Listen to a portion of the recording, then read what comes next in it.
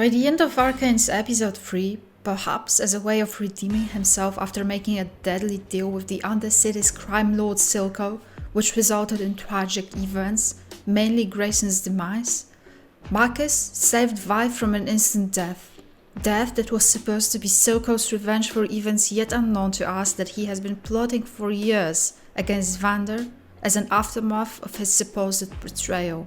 Instead of executing Vi as Silco wished and was later on assured of, Marcus takes Vi to Stillwater, a prison complex on an island off the southern coast of the city that smells of blood and inedible cafeteria food, as described in the council archives.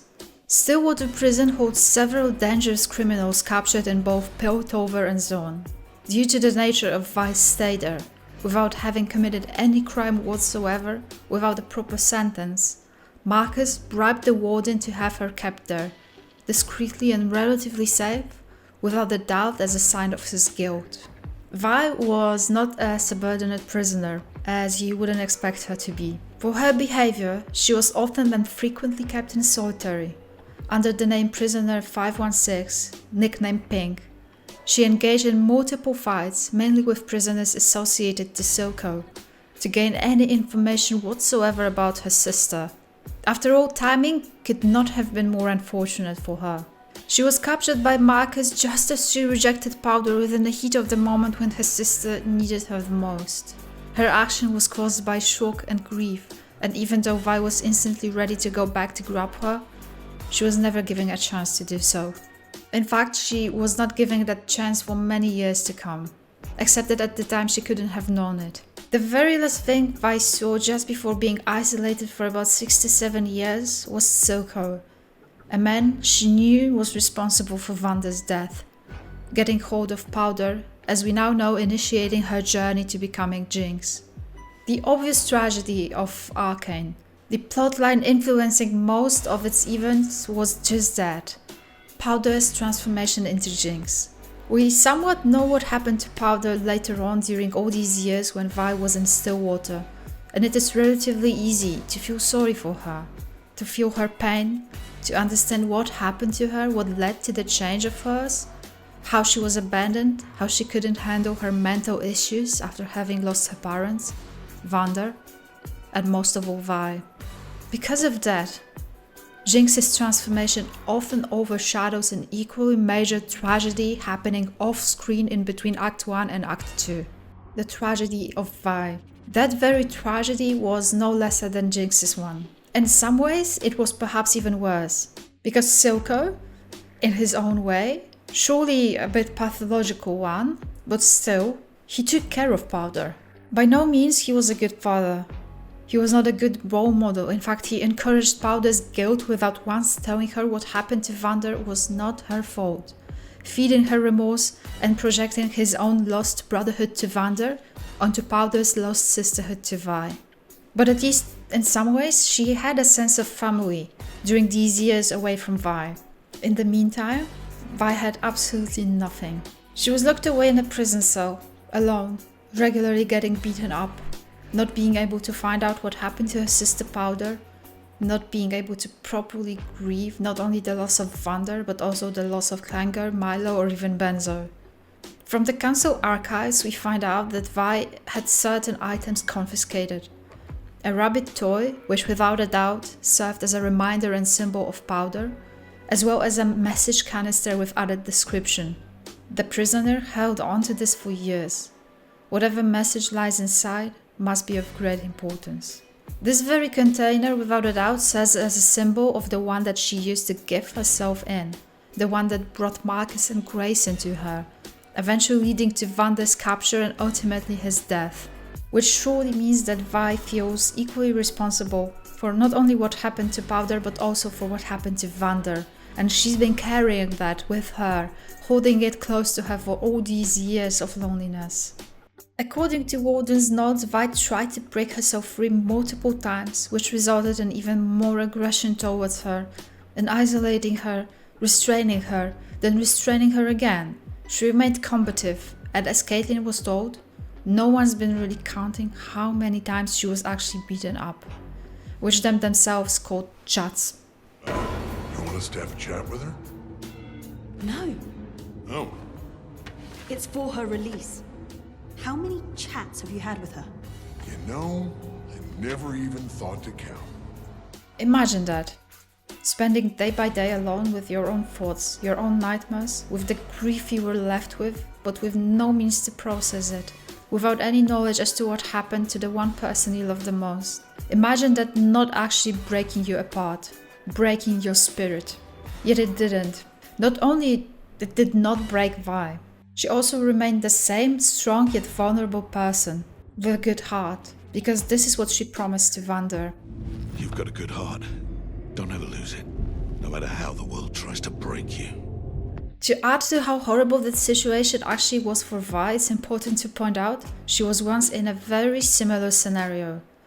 Just as she was ready to give herself up, Vander realized what her intentions are and for her own safety, locked her up in the basement. Upon hearing Vander's been attacked, she couldn't do anything. She couldn't get out, get help. She was clueless as to what's been happening, helpless and broken. Now imagine being stuck in that basement for up to 7 years, because this is essentially what happened to Vi. Now, with that context in mind, with how much Vi had to go through, Caitlyn showing up, trusting her, releasing her, is that much more impactful. Vi had to go day by day fighting off thugs, beating up criminals to get information about Powder with barely any results, getting beaten up herself. To have someone show up and believe her must have been a shock, something she'd never expect, and you can actually see that on her face. When Caitlyn opened up the doors, Vi did not expect to be free to go. She expected yet again to be attacked. Assuming Caitlyn's left, she let go of her assumed pose. She was no longer as cocky as she was beginning of that scene. She was breathing heavily, clearly traumatized by the horrible things that's happened to her within that cell, getting ready for another chat. Knowing what we know about the years of loneliness that Vi encountered, the most essential loneliness one can go through. Being exposed to Caitlyn's dignified treatment compared to what she struggled with was like a breath of fresh air. Now, I already discussed the fact that during the brothel scene, Vi saw Caitlyn exactly for what she was. Not a snobbish daughter of council, but a person of her own. Kind of a misfit, one that feels most comfortable around nature when hunting, with a gun in her hand and an enforcer badge on her chest. Caitlyn, on the other hand, saw Vi for what she was a lot sooner than that. During that very prison scene, upon opening up the door, or else she'd never cross a figurative and literal line towards her. She'd never release her, risking her entire future career going as far as forging Jace's release order. She let go of her guards. Of course, Caitlyn had her own reasons. She was driven by her obsession with finding Jinx and figuring out Undercity criminal plot. Yet it was certainly not the deciding factor that led to her releasing Vi. Caitlyn's sense of justice, the moral compass within her, instantly recognized Vi's good heart. She knew there were no criminal records, no crime Vi actually committed, and that raised her suspicions. She found out about their chats, and that made her realize she is not talking to a criminal, she's talking to a victim. Despite it all, I can tell. You have a good heart. You've got a good heart. Vi never committed any crimes that caused her imprisonment. She was locked in Stillwater not because of the heist that they performed beginning of Act 1, but because of Marcus's decision to not have another person killed because of Silco's revenge plot.